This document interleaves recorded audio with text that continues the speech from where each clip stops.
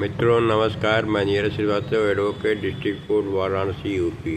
मैं आपके बीच बीएनएसएस का चैप्टर 20 जो कि मजिस्ट्रेट ट्रायल के बारे में कुछ प्रक्रिया बताता है। और इधर जो है सीआरपीसी में यही चीज़ जो है चैप्टर 19 था, क्योंकि मजिस्ट्रेट ट्रायल में दो पार्ट में था। एक था कि पुलिस द्वारा संस्थित रिपोर्ट के मामले में, एक है प्राइवेट कंप्लेंट के बारे में था। दो पार्ट में ये जो है वारंट मामलों का ट्रायल है मजिस्ट्रेट कोर्ट में। वारंट मामला एक पुलिस रिपोर्ट से एफआईआर से है, एक कंप्लेंट से है। उसके बारे में प्रोसीजर बताता था। सीआरपीसी में भी था। सीआरपीसी में जो था 238 से लेकर 250 के बीच में था। अब जो है बीएनएसएस में आ गया 261 से लेकर 273 के बीच में है। इसका थोड़ी जानकारी हम लोग अध्ययन करते हैं।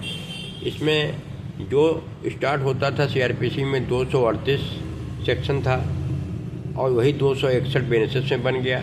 238 सिंपली केवल ये कहता था कि 207 सीआरपीसी का कंप्लायंस किया जाएगा, यानी जो पुलिस रिपोर्ट आई है, चार्जशीट आई है, केस डायरी आई है, उसका जो है मुलजिम को देने की बात करता था। ठीक उसी तरीके से इसमें भी 261 में कहा गया है कि जो पुलिस रिपोर्ट वगैरह आई है, केस डायरी आई है, उसको जो है हैंड ओवर किया जाएगा। जब ये प्रक्रिया हो जाती है, केस डायरी वगैरह मुलजिम को दे दी जाती है, उसके बाद डिस्चार्ज की बात आती है। उन्मोचन जो हम लोग डिस्चार्ज डालते थे 239 सीआरपीसी में था, जो कि पुलिस रिपोर्ट पर संस्थित मामला मजिस्ट्रेट कोर्ट में।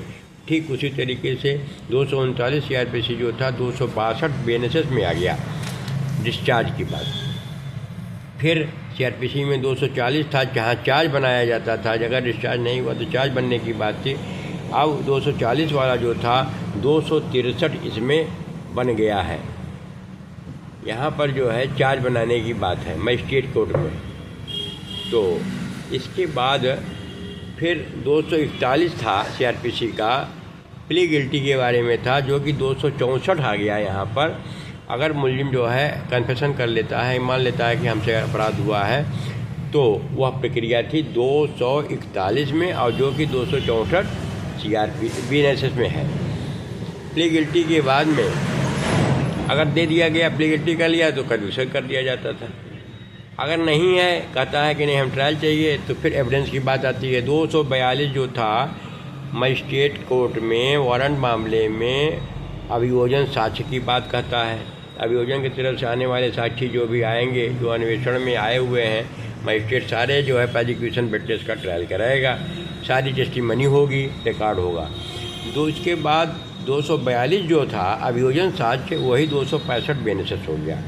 ठीक इसी तरीके से अगला जो है 243 फिर आता है,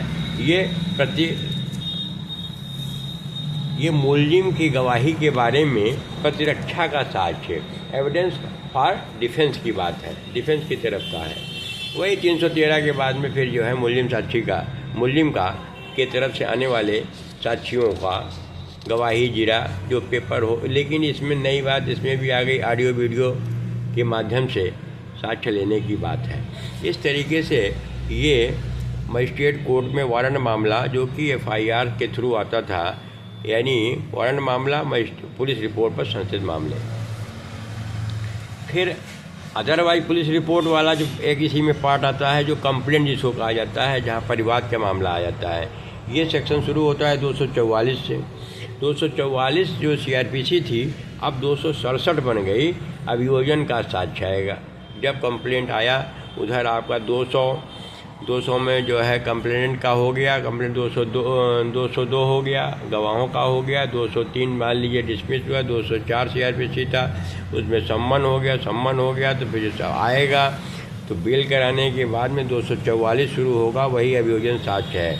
अभियोजन की तरफ से जो लिस्ट ऑफ विटनेस होगी, उनका जो है चीफ होगा, क्रॉस होगा। क्रॉस कौन करेगा? डिफेंस करेगा।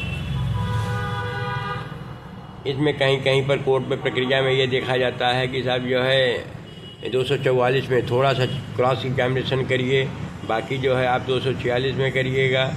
तो इसमें ऐसा कोई बाउंडेशन नहीं है। कोर्ट अब जब एक कस्टमरी व्यवहार के तरीके से बोलती है। इस पर बिल्कुल स्ट्रिक्ट रहना चाहिए डिफेंस की तरफ से भी कि कहीं पर जब हमको जीरा करने का मौका मिल रहा है तो जब हम पूरा जीरा कर लेंगे, हो सकता है कि हम जो है 244 की जीरा कर रहे हों तो हमको 246 में जाने की ज़रूरत न पड़े। हम 245(1) 245(2) में हम डिस्चार्ज डाल करके हमारा जो है एक्विटल हो जाए, डिस्चार्ज हो जाए। हम हालांकि चार्ज डिस्चार्ज पर एक्विटल नहीं होता है, डिस्चार्ज होता है, वो अलग बात है, हम मुकदमे से छूट जाएंगे। तो इसमें दबाव में नहीं आना चाहिए और क्रॉस पूरा जम के 244 का भी करना चाहिए 244 में। उसके बाद अगर 244 अभियोजन साक्ष्य के बाद में 245 जो है चार्ज और डिस्चार्ज की बात आती है 245 में। अब 245 में अगर डिस्चार्ज आएगा, 245(1) में है कि अभियोजन साक्ष्य के पहले ही आपका जो है एक सेक्शन दिया गया है, आप डिस्चार्ज फाइल कर सकते हैं। हम नहीं जीरा करेंगे 244 में, हम सीधे डिस्चार्ज डालेंगे 245 सब क्लास 1 में। फिर है 245 सब क्लास 2 में हम अभियोजन का साक्ष्य जितने आए हुए हैं उनकी गवाही का जीरा कर लेंगे, उसके बाद फिर से डालेंगे, फिर डिस्चार्ज डालेंगे। मतलब डिफेंस को 2 बार मौका मिलता है डिस्चार्ज डालने का और इसका सदुपयोग पूरा करना चाहिए। 245(1) 245(2) CRPC जो था उसी तरीके से 267 में तो अभियोजन का साक्ष्य हो गया और 268 में 268(1) 268(2) 245(1) 245(2) CRPC था, 268(1) 268(2) यानी साक्ष्य के पहले डिस्चार्ज और साक्ष्य होने के बाद डिस्चार्ज। किसका साक्ष्य? अभियोजन का साक्ष्य, वही 244 वाला, कि वो पूरा हो जाएगा तब फिर आप फिर डाल सकते हैं डिस्चार्ज। इस तरीके से ये काम हो गया। इसके बाद प्रक्रिया जहाँ अभियुक्त उन्मोचित नहीं किया जाता है, यानी ये जो आ गया अब 246 में 245, अब इसमें 246 में जब उसको डिस्चार्ज नहीं मिला 245 में तो यहाँ पर फिर चार्ज बनेगा तो फिर क्रॉस एग्जामिनेशन का भरपूर मौका मिलता है 246 में।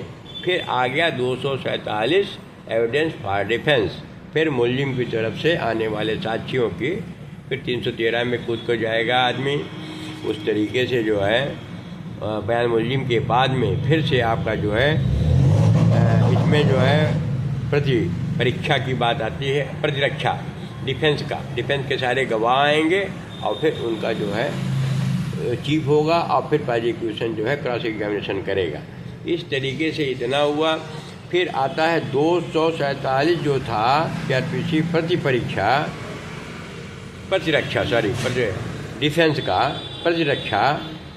डिफेंस का जो गवाही हो गई वो सेक्शन 247 था, जो कि BNSS में 270 है। इस तरीके से फिर अगला सेक्शन इसमें 248 CRPC में था एक्विटल कन्विक्शन के बारे में, दोष मुक्ति या दोष सिद्धि की बात आती है। जब दोनों हो गया, प्रोसिक्यूशन अभियोजन का साक्ष्य हो गया और डिफेंस का भी हो गया, प्रतिरक्षा का साक्ष्य भी हो गया, फिर उसके बाद दोष मुक्ति दोष सिद्धि की बात करता है। इसमें फिर आगे जा कर के 248 जो CRPC था उसके बाद 249 CRPC है, जो कि 272 BNSS बन गया। परिवादी अगर अनुपस्थित रहता है तब क्या कंडीशन होगी? अगर जो है 30 दिन इसमें टाइम दे दिया है नया BNSS में, 30 दिन जो है परिवादी को उपस्थित रहने के लिए 30 दिन का समय देने के पश्चात आरोप के विरचित किए जाने के पूर्व किसी भी समय अभियुक्त को स्वीकृति उन्मेषित करने की ये बात आ गई।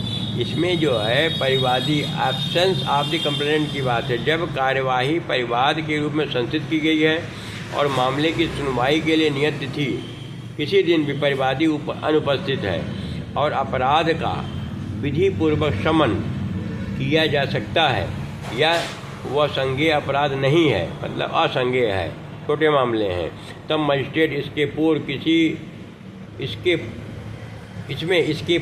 किसी बात के होते हुए परिवादी की उपस्थित रहने के लिए 30 दिन का समय देने के पश्चात आरोप को विरचित किए जाने के पूर्व इसमें जो है दे रहा है कि मुकदमे को उन्मोचित डिस्चार्ज करने का अगर अनुपस्थित होता है अगर परिवादी अनुपस्थित होता है 30 दिन का एक लिमिट बना दिया गया, उसको जो है डिस्चार्ज करने की बात आ गई। यहाँ पर एब्सकॉन्ड हो गया है कंप्लेनेंट परिवादी खुद ही। और फिर उसके बाद आता है 273 यानी 250।